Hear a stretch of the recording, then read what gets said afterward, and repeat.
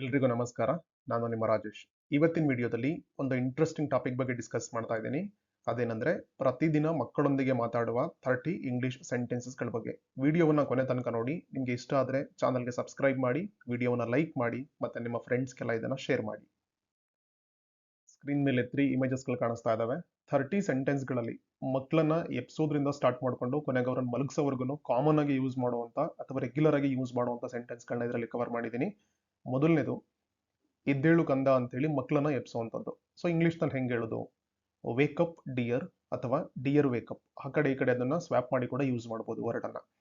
But ಒಂದು ನೆನ್ಪಿಟ್ಕೊಳ್ಳಿ, ಇದನ್ನ ಚಿಕ್ಕ ಮಕ್ಳಿಗೂ ಯೂಸ್ ಮಾಡ್ಕೊಳ್ಬಹುದು ಮತ್ತೆ ದೊಡ್ಡ ಮಕ್ಳಿಗೂ ಯೂಸ್ ಮಾಡ್ಕೊಳ್ಬಹುದು. ಬಟ್ ಯಾವ ತರ ಹೇಳ್ತೀವಿ, ನಮ್ಮ ಟೋನ್ ಹೆಂಗಿರುತ್ತೆ ಅನ್ನೋದು ಮಕ್ಳುಗಳು ವಯಸ್ಸಿನ ಮೇಲೆ ಡಿಪೆಂಡ್ ಆಗುತ್ತೆ ಅದು.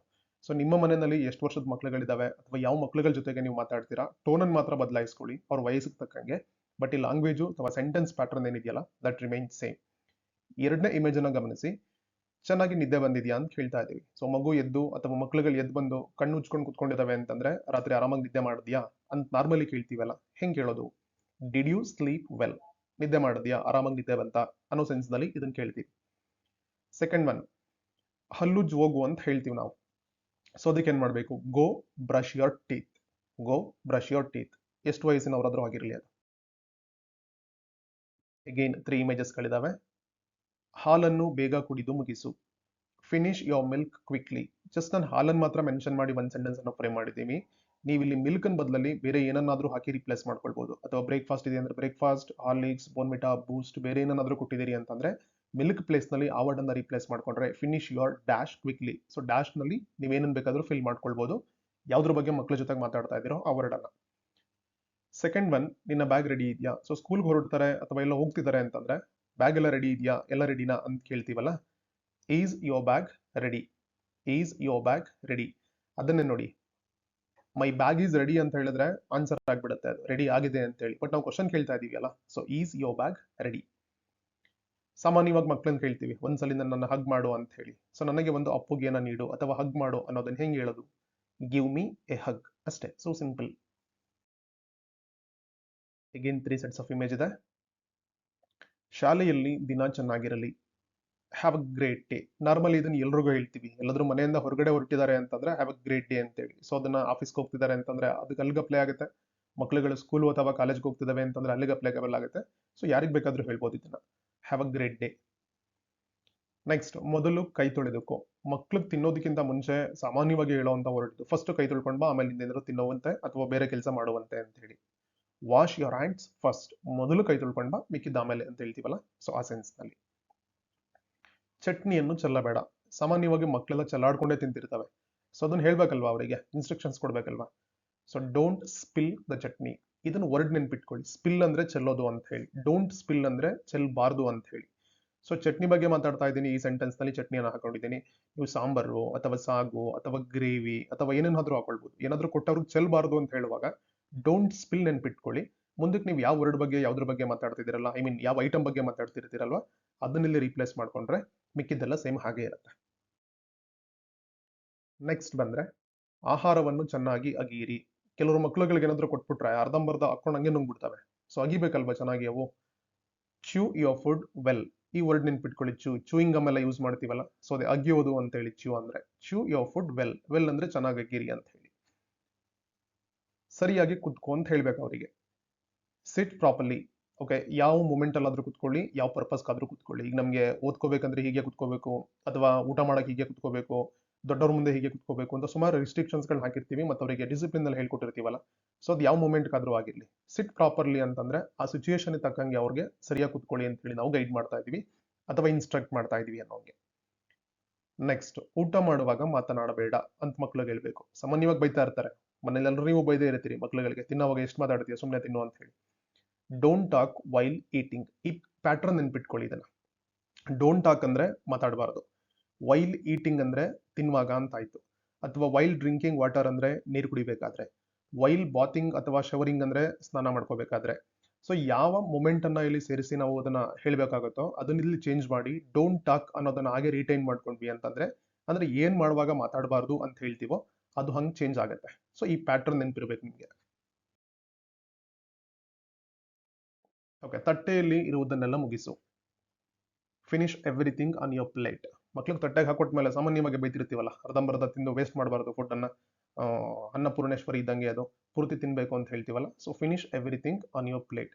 ಅಂಡ್ ಈ ವಿಡಿಯೋ ಮಾಡ್ತಿರೋದು ಮೈನ್ ಉದ್ದೇಶ ಏನಂದ್ರೆ, ಮಕ್ಳುಗಳು ಸಾಮಾನ್ಯವಾಗಿ ಸ್ಕೂಲ್ಗೆ ಹೋಗೋ ಮಕ್ಳುಗಳಿದಾವೆ ಅಂತಂದ್ರೆ ಮ್ಯಾಕ್ಸಿಮಮ್ ಇಂಗ್ಲೀಷ್ ಮೀಡಿಯಂಗೆ ಹೋಗಿರ್ತವೆ, ಅಥವಾ ಕನ್ನಡ ಮೀಡಿಯಂ ಆದ್ರೂ ಒಂದಷ್ಟು ಇಂಗ್ಲೀಷನ್ನು ಸ್ಕೂಲಲ್ಲಿ ಕಲ್ತ್ಕೊಂಡೇ ಇರ್ತವೆ. ಬಟ್ ಮನೇಲೂ ರೆಗ್ಯುಲರ್ ಪ್ರಾಕ್ಟೀಸ್ ಮಾಡ್ತಿದ್ದಾರೆ ಅಂತಂದ್ರೆ, ಅಥವಾ ಮಾಡೋ ಥರದ್ದು ವಾತಾವರಣ ಮನೇಲಿದೆ ಅಂತಂದ್ರೆ, ಬೀಯಿಂಗ್ ಅ ಪೇರೆಂಟ್ಸ್ಗೂ ಹೆಲ್ಪ್ ಆಗುತ್ತೆ. ಅಂಡ್ ಮಕ್ಳುಗಳಿಗೂ ಕೂಡ ಕಮ್ಯುನಿಕೇಶನ್ ಸ್ಕಿಲ್ಲು ಇನ್ನೂ ಚೆನ್ನಾಗಿ ಇಂಪ್ರೂವ್ ಆಗುತ್ತೆ. ಅಂಡ್ ಪರ್ಟಿಕ್ಯುಲರ್ ಆಗಿ ಇಂಥದ್ದೇ ಕಂಟೆಂಟ್ ಏನಾದರೂ ಬೇಕು ಅಂತ ನಿಮ್ಗೆ ಬೇಕು ಅಂತ ಅನ್ಸಿದ್ರೆ ಕಾಮೆಂಟ್ ಬಾಕ್ಸ್ನಲ್ಲಿ ಅದನ್ನ ಬಾಕ್ಸ್ನಲ್ಲಿ ಮೆನ್ಷನ್ ಮಾಡಿ, ಯಾವ ಥರದ್ದು ನಿಮಗೆ ವಿಡಿಯೋಸ್ಗಳು ಬೇಕಾಗುತ್ತೆ ಅಥವಾ ಏನು ಕಂಟೆಂಟ್ಗಳು ಬೇಕಾಗುತ್ತೆ ಅಂತೇಳಿ. ಸೊ ಅದ್ರ ಮೇಲೂ ಕೂಡ ಅಪ್ಕಮಿಂಗ್ ಡೇಸ್ನಲ್ಲಿ ವಿಡಿಯೋ ಮಾಡೋಂಥ ಒಂದು ಅಟೆಂಪ್ಟನ್ನು ಮಾಡ್ತೀನಿ. ಸೆಕೆಂಡ್ ಒನ್, ಧನ್ಯವಾದ ಎಂದು ಹೇಳು.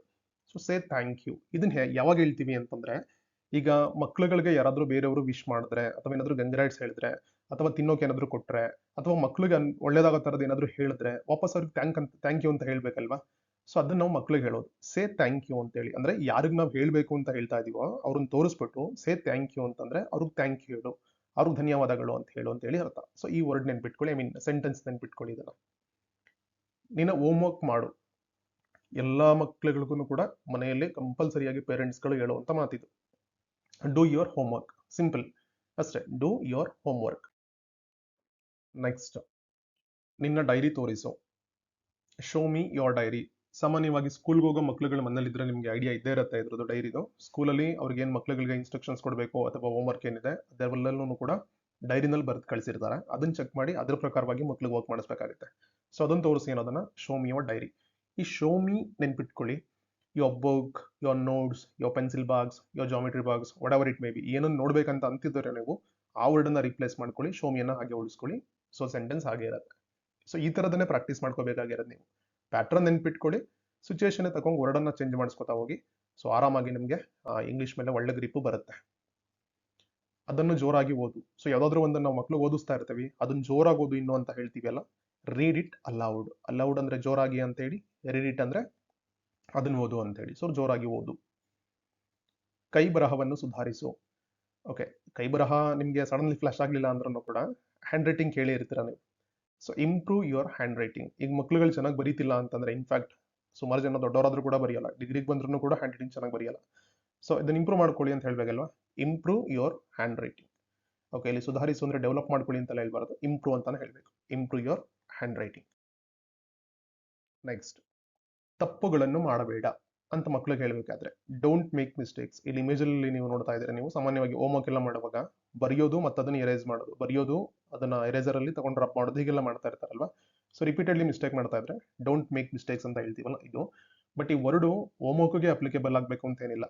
ಎವ್ರಿ ಸಿಚುಯೇಷನ್ ಅಲ್ಲಿ ಅಥವಾ ಯಾವುದೇ ಸಿಚುಯೇಷನ್ಗೆ ಕೂಡ ಇದು ಯೂಸ್ ಆಗುತ್ತೆ. ತಪ್ಪು ಮಾಡಬಾರ್ದು ಅಂತ ನಾವು ಹೇಳ್ತಾ ಇದೀವಿ ಅಂತಂದ್ರೆ ಈ ವರ್ಡನ್ನಲ್ಲಿ ಯೂಸ್ ಮಾಡ್ಕೊಳ್ಬಹುದು, ಡೋಂಟ್ ಮೇಕ್ ಮಿಸ್ಟೇಕ್ಸ್.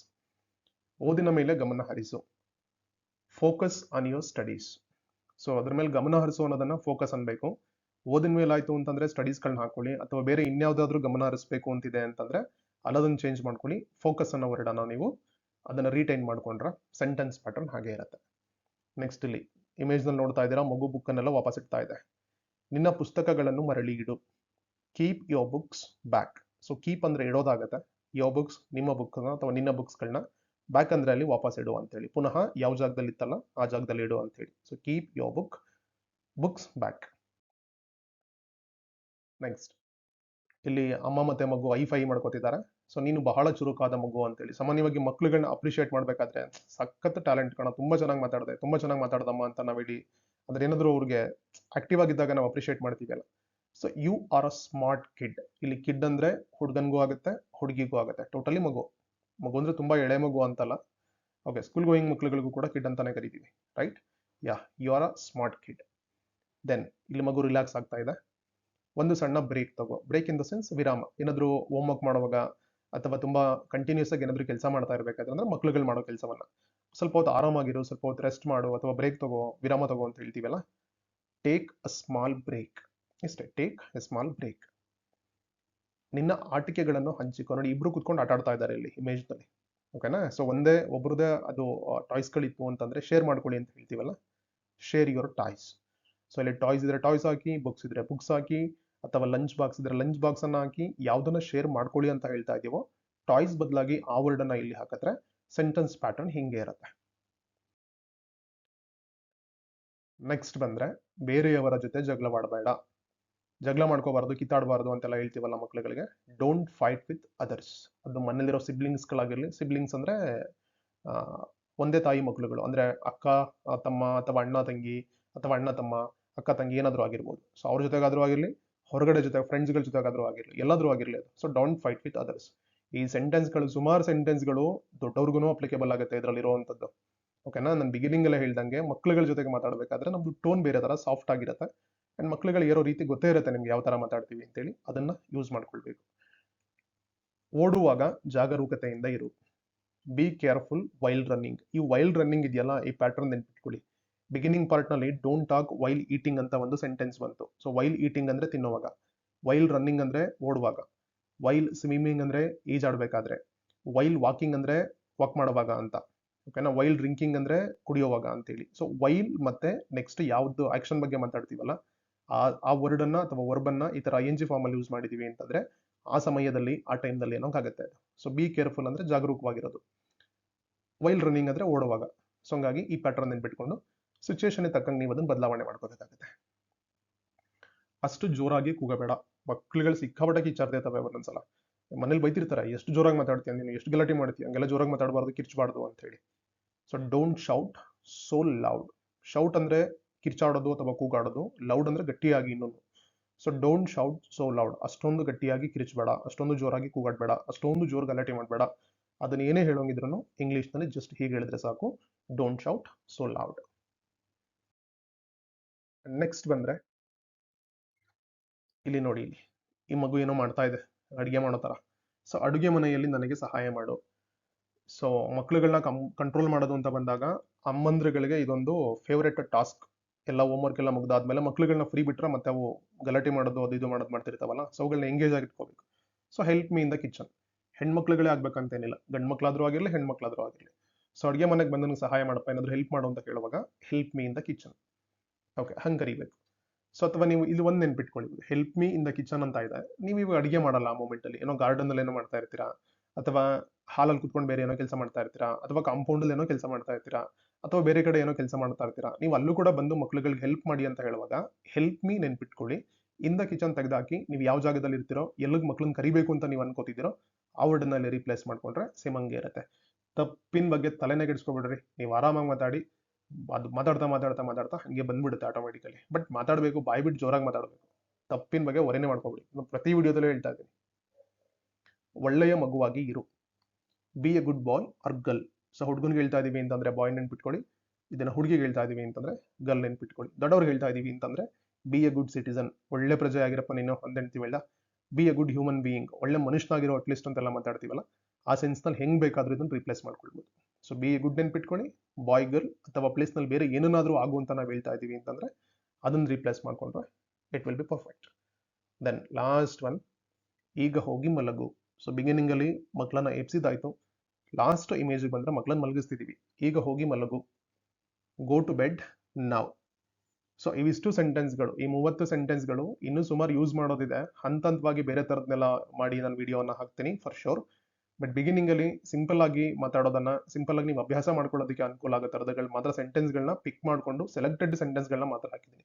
ಆಲ್ಮೋಸ್ಟ್ ಇಷ್ಟನ್ನು ಕವರ್ ಮಾಡ್ಕೊಂಡ್ರೆ ನೀವು ರೆಗ್ಯುಲರ್ ಬೇಸಿಸ್ನಲ್ಲಿ, ಡೈಲಿ ಬೇಸಿಸ್ನಲ್ಲಿ ಮಗು ಜೊತೆಗೆ ಮಾತಾಡೋದನ್ನ ಆರಾಮಾಗಿ ಮಾತಾಡ್ಬೋದಾಗತ್ತೆ. ನಾನು ಬಿಗಿನಿಂಗ್ ಅಲ್ಲಿ ಹೇಳ್ದೆ, ಮಧ್ಯದಲ್ಲಿ ಹೇಳ್ದೆ, ಇನ್ನೊಂದ್ಸಲಿ ಹೇಳ್ತಾ ಇದ್ದೀನಿ. ನಿಮ್ಗೆ ಇಂಥದ್ದೇ ಕಂಟೆಂಟ್ ಬಗ್ಗೆ, ವಿಷಯಗಳ ಬಗ್ಗೆ ವಿಡಿಯೋ ಬೇಕು ಅಂತ ಏನಾದ್ರು ಅನ್ಸಿದ್ರೆ ಕಾಮೆಂಟ್ ಸೆಕ್ಷನ್ ನಲ್ಲಿ ತಿಳಿಸಿ, ಅದರದ್ದು ಕೂಡ ನಾನು ವಿಡಿಯೋವನ್ನ ಮಾಡ್ತೀನಿ. ನಿಮ್ಗೆ ವಿಡಿಯೋ ಇಷ್ಟ ಆಯ್ತು ಅಂತಂದ್ರೆ ಸಬ್ಸ್ಕ್ರೈಬ್ ಆಗಿ, ಲೈಕ್ ಮಾಡಿ, ಮತ್ತೆ ಯಾರಿಗಿದು ಅವಶ್ಯಕತೆ ಅಂತ ಅನ್ಸುತ್ತೋ ಆ ಎಲ್ಲ ಫ್ರೆಂಡ್ಸ್ಗಳಿಗೂ ಕೂಡ ಇದನ್ನ ಶೇರ್ ಮಾಡಿ. Thank you.